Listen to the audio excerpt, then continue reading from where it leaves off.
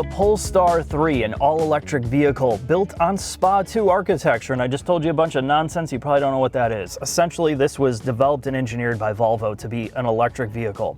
Polestar has been the performance brand. You've kind of seen it around, at least in North America or United States. Unless you're a Volvo person, you have no idea who they are. So they've spun off their own electric vehicle brand here, and this is built, believe it or not, in the United States, of course with foreign parts. It's a CATL battery, an NMC battery pack. It is 111 kilowatt hours, but only about 106 or 7 of that are usable. The range is around 300 miles at 100% charge. However, when you look at the graphs from the utilization of this, it's only about 2.4 kilowatt hours or 2.4 miles per kilowatt hour. It's not the most efficient vehicle. You have 3 trim levels. You have the base, which is rear wheel drive, and then you go up to the middle trim and the upper trim, which are all wheel drive. They both get torque vectoring rear motors from BorgWarner, and it splits the torque left and right through clutches. So dynamically, they wanted to make this a better driving vehicle. The middle trim is the kind of long range vehicle. It doesn't have as much power and torque, and then they bump the power level for the upper trim level, which I'm in right now. And when you move all the way up, this is over $95,000. It's insane. It competes with vehicles like the BMW iX, and it kind of copy and paste some other electric vehicles in there. The outside and inside, there's been a lot of engineering that went into this, at least on the underbody with SPA 2 with this generation. It's probably overkill. There's a lot of forged aluminum, tons of extrusions. The wheels are forged, with even the center caps are forged on this. It still is heavy despite all that. It's around 5,800 pounds. But I mean, they put a lot of energy into reducing the drag. This is an electric car, so efficiency is important, even though it doesn't seem like the electric motors are all that efficient. Drag is way down. You have a front wing. You have real thought to the engineering of how to smooth out airflow around this car, front and rear, and the underbody, like most EVs, is perfectly flat. They've even put little covers over elements of the suspension to make sure airflow is not slowing this vehicle down. So let's talk about the pros and cons of kind of the exterior and interior. And I gotta be honest, I looked at this, and while it's interesting, right? You can find the interesting things about it, like the side view mirrors on the outside are kind of bezel-less. They look cool. But overall, this is a very homogeneous design, meaning it looks very similar to the other EVs across the market. Regardless of that, the fit and finish is great on the outside and inside. Starting with the wood veneers, the way that the dash looks, everything feels really, really solid. It feels like it's built like a brick shit house, and that's one of the benefits of it. And of course, it's super quiet. But the material choice, they have to stamp everything. They stamp the battery size. They stamp on the back of the seats that it's 100% trace leather, animal welfare. They're really big on trying to get to this whole carbon neutral thing. And if you're in the United States, clearly you're not going to know anything. You probably know nothing about this brand and what they're trying to do. But really, they're trying to be more efficient in their design and not as wasteful. Anyway, if you buy into that, great.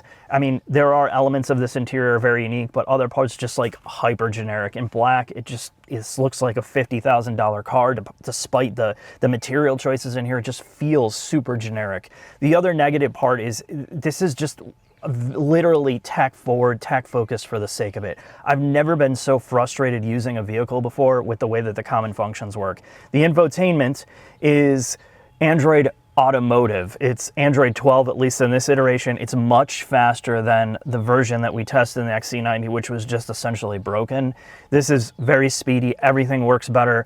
But the core functionality of this car is so broken by the fact that they are trying to ramrod every single thing into a screen, regardless if you can actually use it or not, where things would be better off left in the physical realm, because this is not a driverless vehicle. You are constantly fumbling and fiddling with where things go. Where do you go in the things? You have to menu jump way too deep to change settings. And just the basics, like they made the ID4 mistake by removing the rear window switches, where you have to hit a toggle to switch the rear windows that doesn't have dedicated switches for that. And it just little things like that just drive me batshit crazy.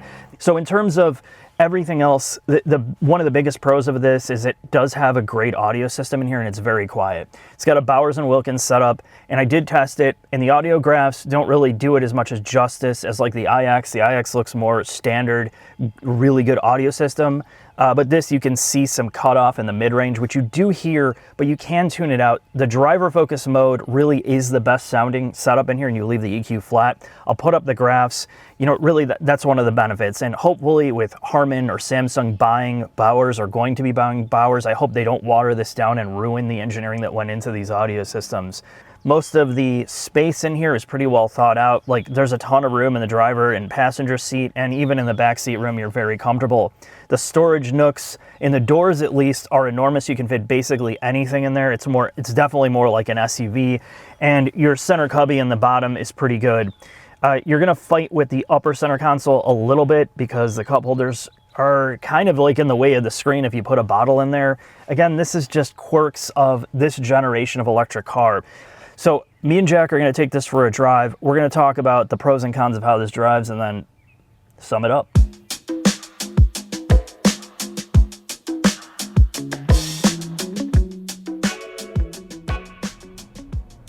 What are we in? We are in the Polestar 3 Performance, Mark. Oh yeah, that's right. Got the launch ready. I think we're good. We're going to launch. Oh yeah.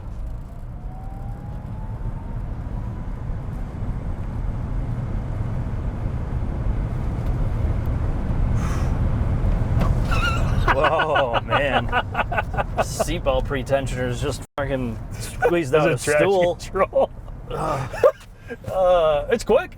You're like, oh man, this car doesn't feel that fast compared to my BMW. No, it's quick. I mean, but to be fair, dude, every EV is quick. Yeah, 500 horsepower plus 600 pounds of torque. I mean, every EV is fast.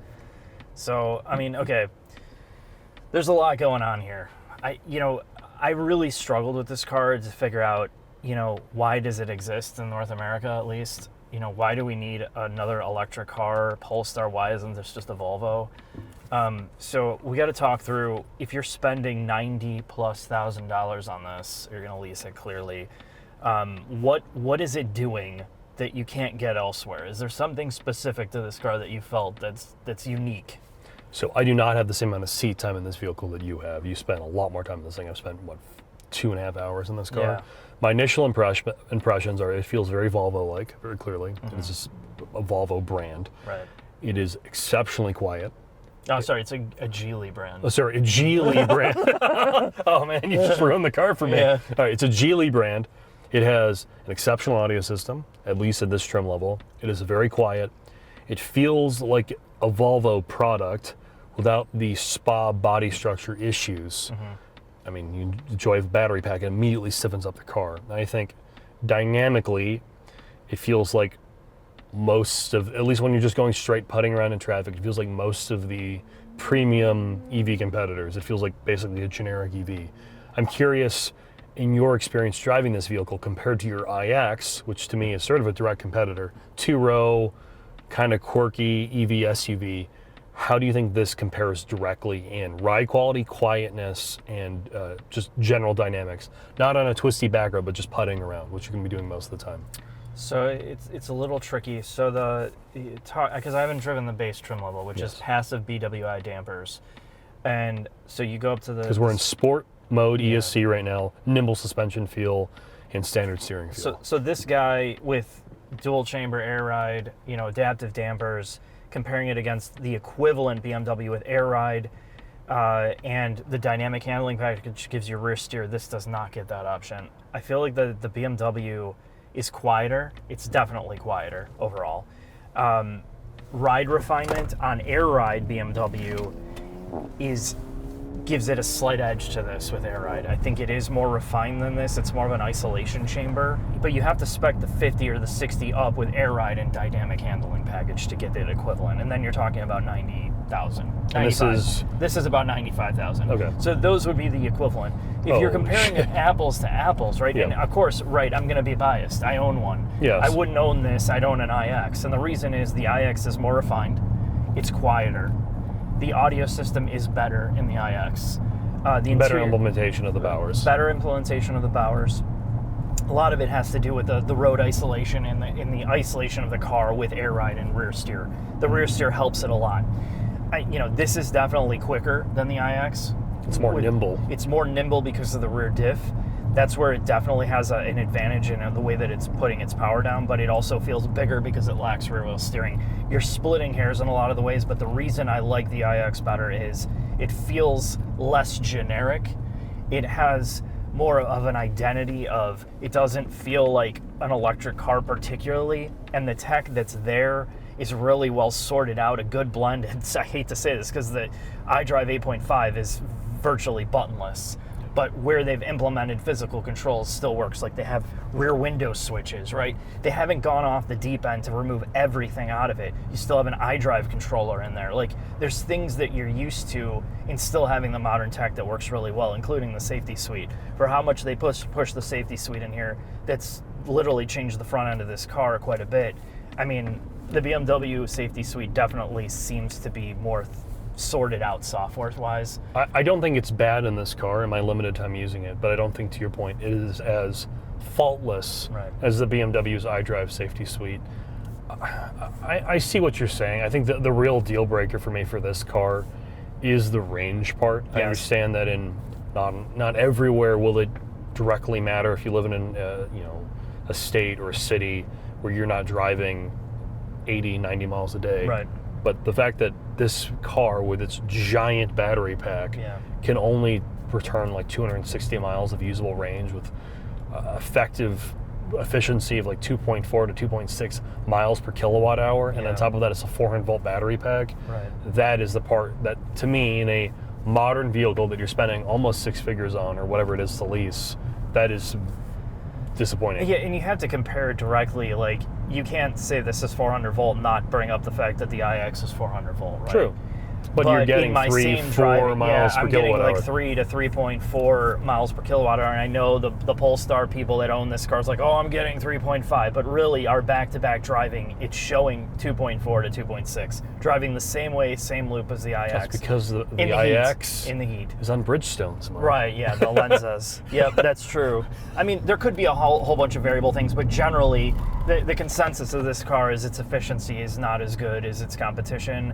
Like, it don't even get started on the Lucid side. Yes. You know, like, this is definitely behind in that regard, and I think some of it's their electric motor design part. If this was 65,000, I think it'd be a different story. Oh yeah, for sure. So the fact that you're knocking on the door of six figures, and to your point, if you want a obscure brand with a limited dealer network and you want an SUV thing that drives well, I'd just get a Gravity. No, 100%. Like, that's the thing too, is if this was a Volvo and you had a Volvo dealership, experience too, like, it'd be different. But I don't know, man. Like, there's nothing wrong inherently with the way it drives. No, the fact that it prioritized the outside rear wheel like that, you can get it to yaw, not a drift, just get it to yaw through a corner, and you can feel the torque vectoring in the back. Yeah.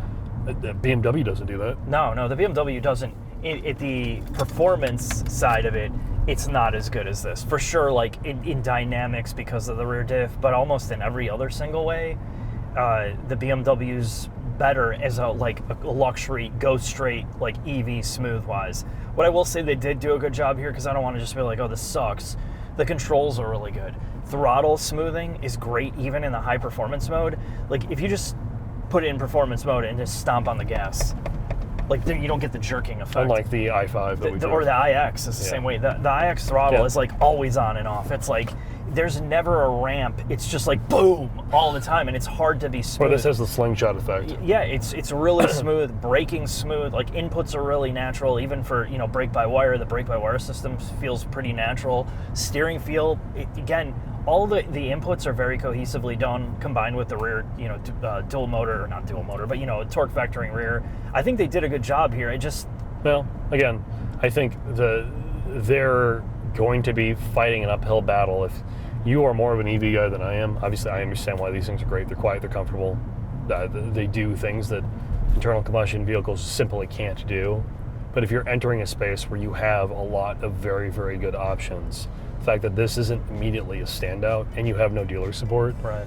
It's going to be a tough one. So, Mark, with that, do you want to head on the final thoughts? Yeah, let's do it.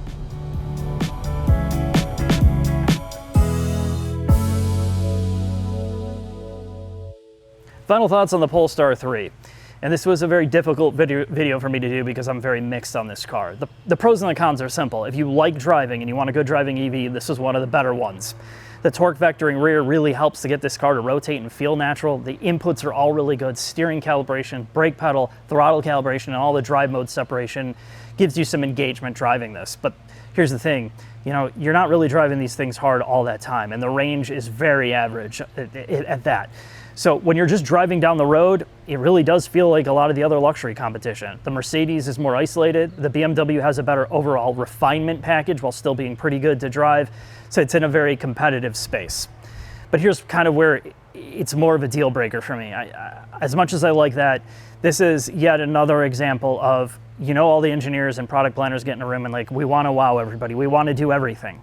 But you only have a finite amount of resources and money in development, and you can't do it all. And then you double down on things that you're not really good at yet, and that is the technology front. Trying to ramrod every single thing into a touchscreen interface and then not be able to deliver on the features that you set out to do right away, constantly dribbling them out and fixing all the things that are wrong, and then having to retroactively fit hardware into the older cars. This is an example of when you just literally stick to what you know until you can actually roll it out correct. And the entire industry is guilty of this because they think everybody wants a touchscreen in the car. And we saw the same thing in the phone industry before iPhone and Android really took over. You had Windows Mobile, you had other touchscreen phone apps that people, or phone OSs that people did not like. They were shit. And I'm not saying this is that bad, but it's a good example of that middle phase where it's not good enough to double down and put everything in it. So, you know, you have to be aware that if you buy this, they're constantly going to be patching and fixing and rolling out updates in the future. And if you're good with that, you're probably going to really like this car. Thanks for watching. I'll see you next video.